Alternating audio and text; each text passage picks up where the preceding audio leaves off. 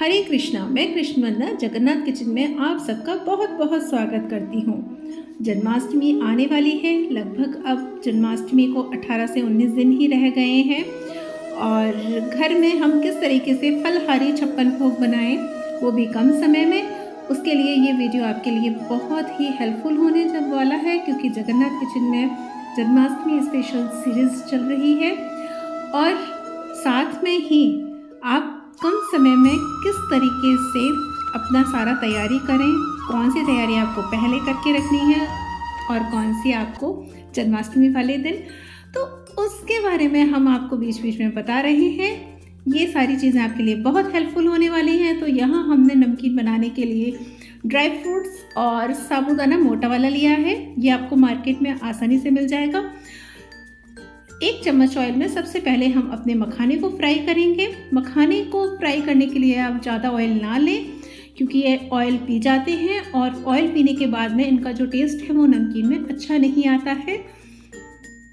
तो आपको इसको क्या करना है, लगभग 5 मिनट तक इसको इसी तरीके से गैस का फ्लेम लो करके चलाना है और इसका जब हल्का सा रंग चेंज हो जाए उसके बाद आप इसको निकालें। और निकालने के बाद एक मखाने को आप तोड़ के देख लें, वो आसानी से टूट रहा है तो समझ जाना कि आपका मखाना बिल्कुल परफेक्ट आपने भुना है।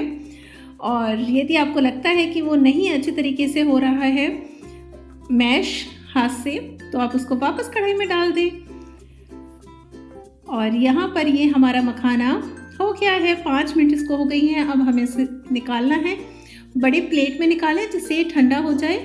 अब यहाँ हमें अपने साबूदाने फ्राई करने हैं। तो साबूदाने फ्राई करने के लिए मैंने पीनट ऑयल लिया है। साबूदाने में फ्राई करते हैं तो उसमें ऑयल ज़्यादा चाहिए होता है, तभी वो हमारा अच्छी तरीके से फ्राई होता है। साथ में ही जो ऑयल है वो अच्छी तरीके से गर्म होना चाहिए और गैस का फ्लेम भी हाई होना चाहिए, तभी हमारा साबूदाना फूलेगा। और ये साबूदाना आपको मार्केट में आसानी से मिल जाएगा। और देखिए इस तरीके से अब ये फूल गया है। आप अपना गैस का फ्लेम फूलने के बाद में कम कर दें और 3 से 4 मिनट इसको इसी तरीके से चलाएं। इसका कलर नहीं चेंज करना है हमें। और अब इसको छलनी में हम निकाल रहे हैं, जिससे इसका जो एक्स्ट्रा ऑयल है वो निकल जाए। और इसी तरीके से हम अपने सारे साबूदाने को फ्राई करेंगे। तो यहाँ पर मैंने 1 कप साबूदाना लिया है और 1 ही कप मखाना लिया है। नमकीन में आप कोई भी ड्राई फ्रूट्स की मात्रा कम या ज़्यादा कर सकते हैं अपने टेस्ट के अकॉर्डिंग, लेकिन साबूदाना आप 1 कप ही लें। और इस तरीके से नीचे कटोरी लगा दें और इसके ऊपर रख दें, जिससे इसमें एक्स्ट्रा ऑयल है वो नीचे निकल जाएगा। और एक्स्ट्रा ऑयल निकलने के बाद में आप इस तरीके से इसको पेपर पे निकालें, जिससे क्या है ये अच्छे तरीके से ठंडा भी हो जाएगा और जो थोड़ा बचा कुछ इसमें ऑयल होगा वो भी पेपर अपने में ले लेगा, बटर पेपर। तो अब हमें क्या करना है, बाकी के साबूदाने को भी इसी तरीके से फ्राई करके रखते जाना है। और साबूदाने फ्राई हो गए हैं। अब इसी ऑयल में हमें अपना कोकोनट फ्राई करना है। इसको भी हम फ्राई करेंगे, हल्का सा इसमें लालपन आ जाएगा उसके बाद निकालेंगे, क्योंकि इसका क्या होता है, जो टेस्ट होता है वो तभी अच्छा आता है। तो हल्का सा इसका कलर हमें चेंज करना है, जैसे ही हल्का गुलाबीपन का सा हो तुरंत निकाले, जलाना नहीं है हमें इसे। और इसी तरीके से आपको ड्राई फ्रूट्स भूनते टाइम, फ्राई करते टाइम आपको ध्यान रखना है कि इनको आप निकाल के छलनी में ही रखते जाएं, जिससे एक्स्ट्रा ऑयल हो वो निकल जाए। और इसी ऑयल में अब हम यहाँ 1 कप ही मूंगफली ले रहे हैं।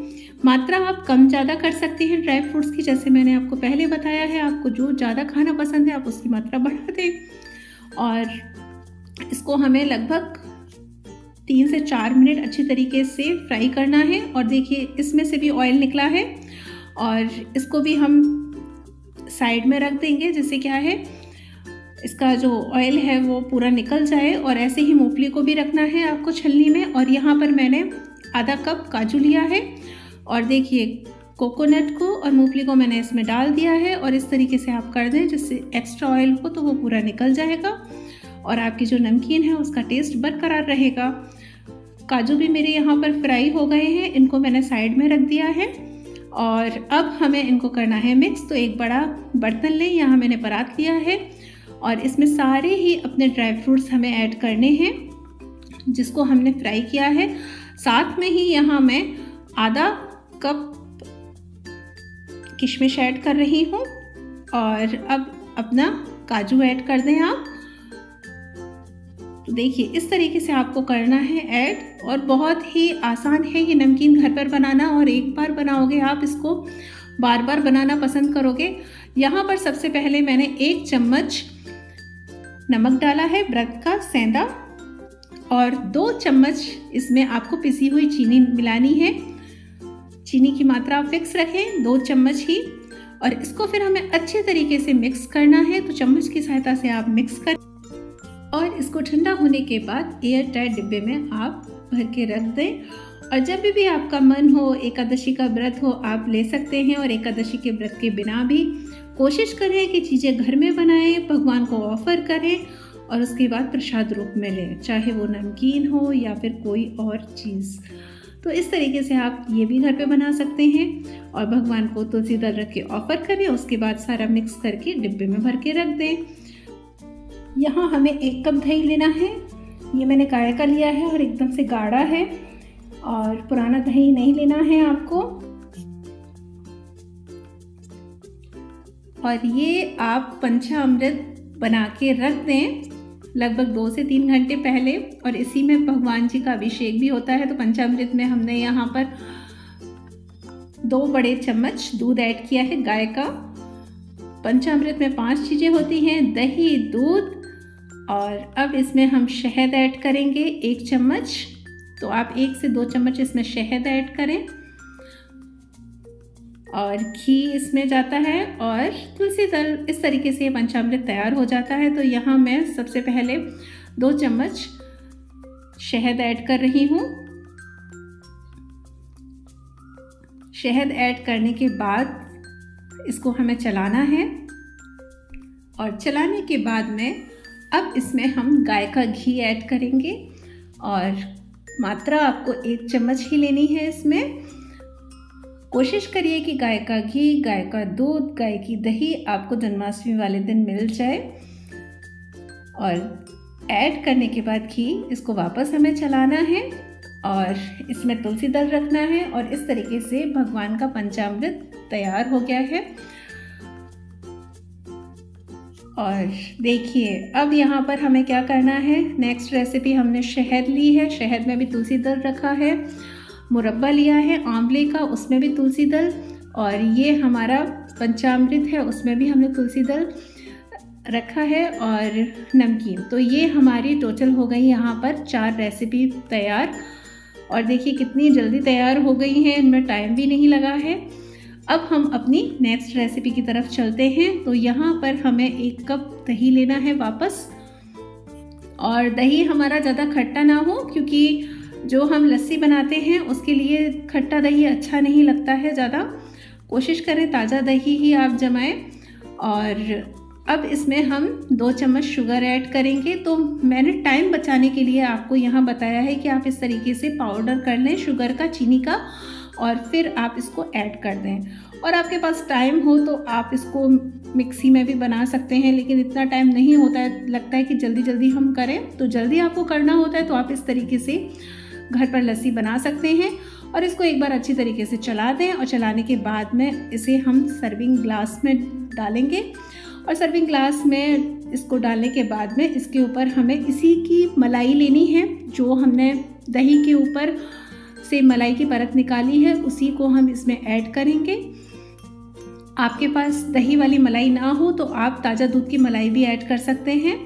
और देखिए यहाँ मैंने गाढ़ी गाढ़ी जो मलाई थी वो ऐड की है, और ये वही पाउडर है काजू, पिस्ता और बादाम का, जो हमने पहले बनाया था दूध में डालने के लिए। और इसमें आप थोड़ा सा गुलाब जल भी ऐड कर सकते हैं, उससे भी टेस्ट बहुत अच्छा आता है। और तुलसी दल रखें, भगवान को ऑफर करें, और ये हमारी शाही लस्सी बनके तैयार हो गई है। और देखिए इसमें टाइम भी नहीं लगा है ज़्यादा, और इसी तरीके से आप तैयारी कर लें। अब हम अपनी शिकंजी की तरफ चलते हैं। तो शिकंजी के लिए आप पहले ही नींबू का रस निकालें। 1 नींबू को मैंने रस निकाल के रख लिया है, और अब इसमें हम पाउडर शुगर का यूज़ करेंगे। पाउडर शुगर यूज़ करने से क्या है कि आपका जो टाइम है वो बचेगा, और जब भी मेरे को जल्दी होती है तो मैं पाउडर शुगर ही ऐड करती हूँ।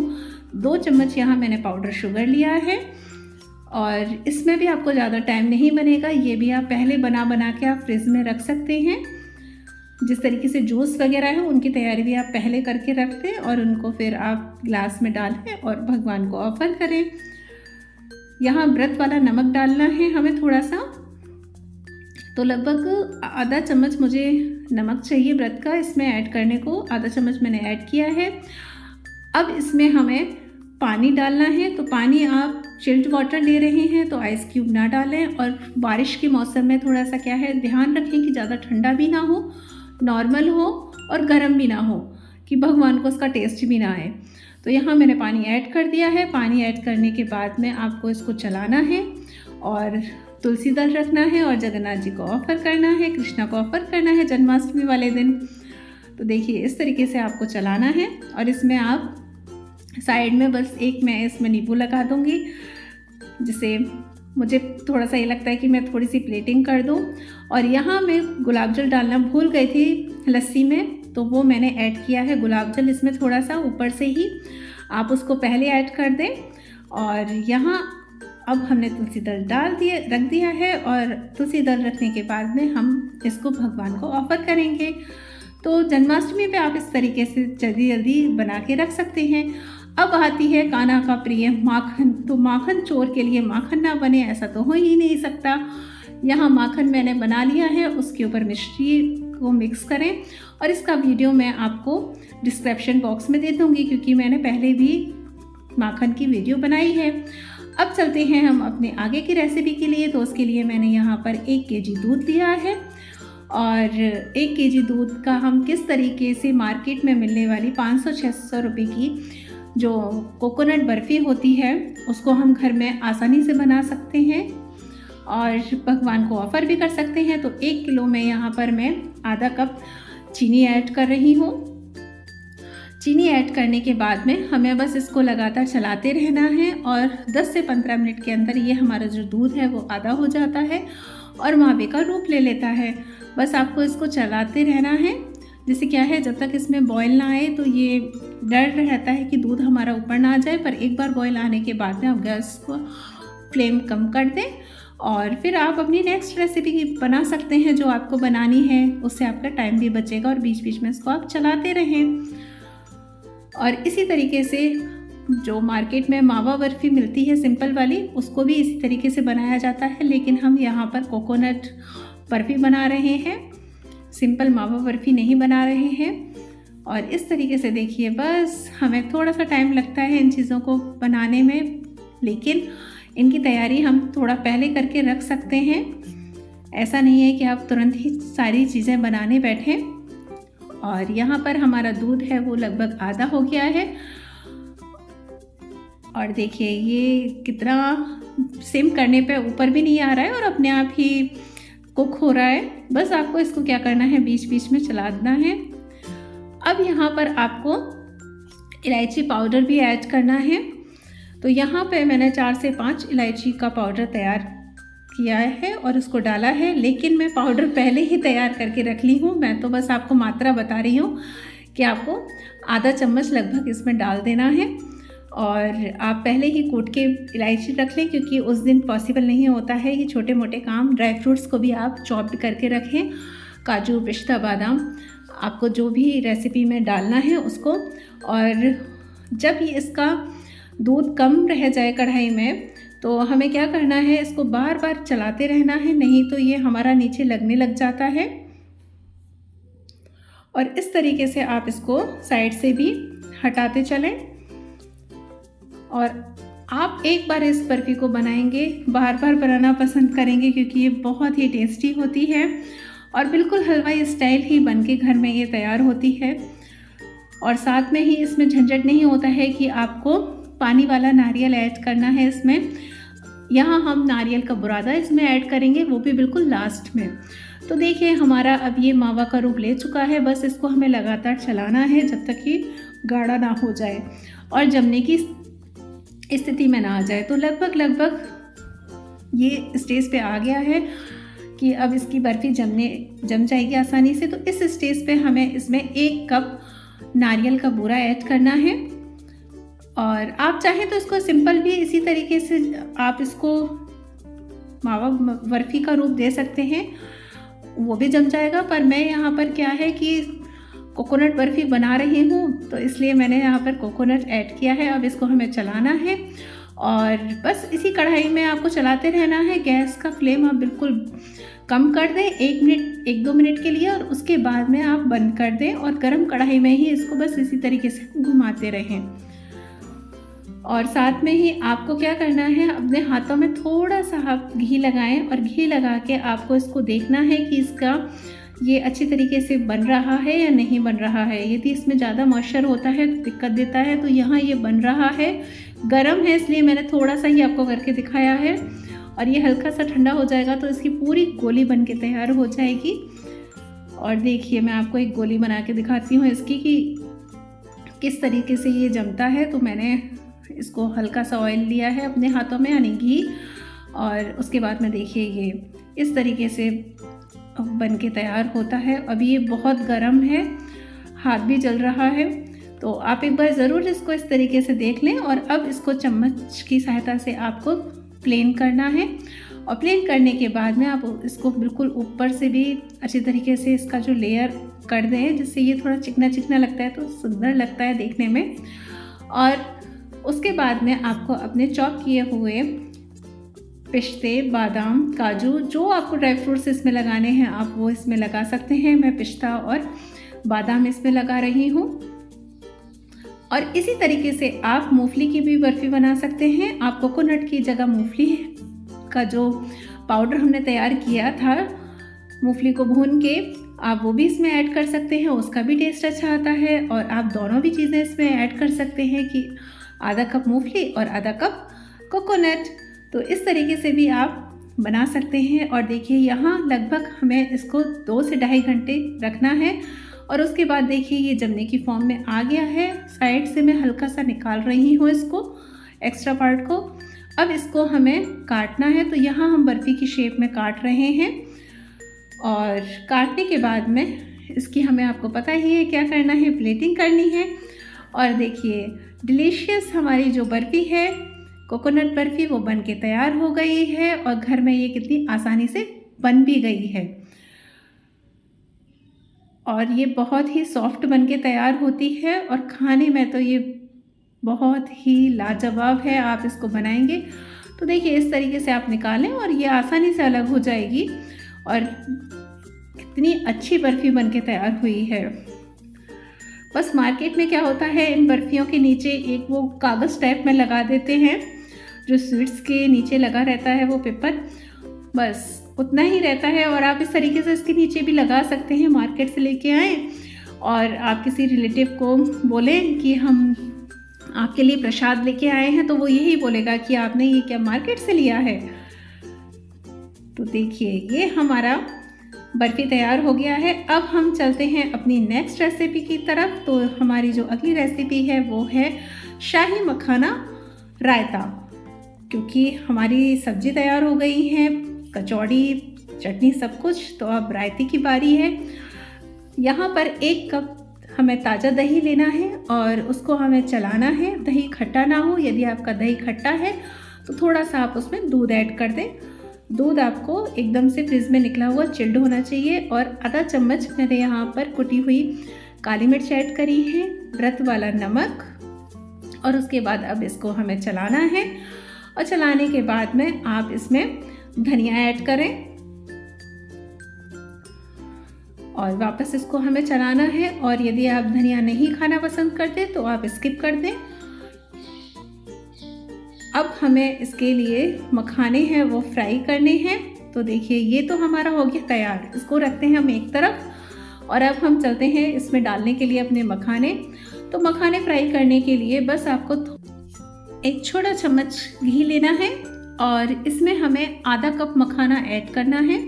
और मखाने को हमें 3 से 4 मिनट अच्छी तरीके से गैस का मीडियम फ्लेम करके करना है। और फिर आप इसको लो कर दें एकदम, क्योंकि होता क्या है कि ये फिर अंदर से क्रिस्पी नहीं होते हैं। उसके बाद आपको इसको निकालना है और निकालने के बाद इनको ठंडा होने देना है और ठंडा होने के बाद में ही आपको अपने रायते में इनको ऐड करना है। गरम गरम आप इसको ऐड ना करें। तो लगभग मैंने 7-8 मिनट इनको रख दिया था, ये ठंडे हो गए हैं और उसके बाद अपने रायते में इनको ऐड करना है। और देखिए ये हमारा शाही मखाना काना का रायता तैयार हो गया है। तो काना का ये प्रिय ड्राई फ्रूट्स रायता है और इसको आप ज़रूर बनाएं, तुलसी दल रखें, ऑफ़र करें। अब बनाते हैं हम शरबत। तो शरबत बनाने के लिए आपको ज़्यादा कुछ नहीं चाहिए, आपके पास में रोज़ सिरप होना चाहिए और पाउडर शुगर और आइस। सबसे पहले मैं आइस डाल रही हूँ। अब इसमें मैं शुगर ऐड कर रही हूँ 1 चम्मच और उसके बाद में मैं इसमें ऐड करूँगी अपना रोज़ सिरप। तो यहाँ पर जो रोज़ सिरप है वो मैंने इसमें ऐड किया है और अब इसके ऊपर मैं डालूँगी ठंडा पानी। तो ज़्यादा ठंडा पानी भी नहीं डालना है और देखिए इस तरीके से आप इसमें डालें और इसको एक बार घुमा दें और ये हो गया हमारा शरबत बनके तैयार। तो देखिए कितना आसान है, इस तरीके से आप बनाएं और इसमें तुलसी दल रखें और जगन्नाथ जी को ऑफ़र करें, कृष्णा को ऑफ़र करें जन्माष्टमी वाले दिन। तो इस तरीके से आप ये तैयारी पहले करके रख सकते हैं। आप लिस्ट बना लें कि आपको कौन कौन सी चीज़ें पहले तैयार करनी है। और इसी तरीके से हम मौसमी का जूस भी पहले बना के रख सकते हैं, अनार का जूस, और ये हम बना के यानी निकाल के रख दें। और नारियल का पानी, संतरे का जूस, उससे क्या होगा लास्ट टाइम में फ्रिज में से निकाल के और आपको बस डालना होगा। और माखन और मिश्री का तो वीडियो हम आपको डिस्क्रिप्शन बॉक्स में दे देंगे लिंक उसका, क्योंकि हम वो वीडियो पहले बना चुके हैं। तो इस तरीके से आप 56 भोग बनाएं और आप जब लिस्ट बनाएंगे तो आपकी जो लिस्ट है वो 56+ की ही बनेगी। और फलहारी 56 भोग बहुत आसान होता है बनाना, जबकि आप जो अन्न वाला भोग बनाते हैं उसमें आपका ज़्यादा टाइम जाता है और उसमें बहुत सारी चीज़ों का ध्यान रखना होता है, क्योंकि उसकी एक पूरी लिस्ट होती है। उसी के अकॉर्डिंग हमें बनाना होता है कि उस लिस्ट में क्या क्या है। उस लिस्ट के अकॉर्डिंग ही हमने यहाँ पर फलहारी 56 भोग का लिया है और यही भोग भगवान को ऑफ़र होता है। आप इसमें अपने मन पसंदीदा और भी चीज़ें जो व्रत की हैं वो ऐड कर सकते हैं। देखिए भाव महत्वपूर्ण होता है कि आपका भाव क्या है और आपको कौन कौन सी चीज़ें बनाने में आसानी है। आप उन चीज़ों को बनाएं और भगवान को ऑफ़र करें, पर कोशिश करें कम ही आइटम बनाएं। ऐसा नहीं है कि आप 56 भोग ही बनाएं तो ही खाना खुश होंगे। आप 5 से 6 ही रेसिपी बनाएं भोग के लिए, पर पूरे दिल से बनाएं और खुश होके बनाएं। और उस रेसिपी में आप जन्माष्टमी का पाक और माखन मिश्री, ये 2 चीज़ तो आप ज़रूर बनाएं और साथ में पंजीरी, ये 3 चीज़ तो बनती ही बनती हैं कि आपको ये बनानी ही है। और पंचामृत तो आपको अभिषेक के लिए चाहिए ही होगा। जब आप लड्डू गोपाल जी का अभिषेक कराते हैं तो वो भी आपको बनाना है। तो हमारी कितनी चीज़ें फिक्स हो गई जो हमें बनानी ही है। माखन मिश्री कान्हा की प्रिय, पंचामृत स्नान के लिए, और साथ में अपना मूंगफली का या फिर जो ड्राई फ्रूट्स का पाक होता है, मिंगी पाक बोलते हैं वो, और धनिए की पंजीरी। इन चीज़ों को आप बनाएं और इसके साथ में आप जो प्लस में बनाना चाहते हैं आप वो बना लें। इनका तो भोग लगता ही लगता है हमेशा। और इस तरीके से देखिए हमारी यहाँ पर लगभग रेसिपी पूरी हो गई है। 3 से 4 रेसिपी रह गई हैं जिन्हें हम अपने अगले पार्ट में पूरा कर देंगे। और आपको ये वीडियो पसंद आए हों और आपके लिए हेल्पफुल हों तो प्लीज़ आप कमेंट करें, लाइक करें, शेयर करें, सब्सक्राइब करें। जैसा खाएंगे अन्न वैसा होगा मन।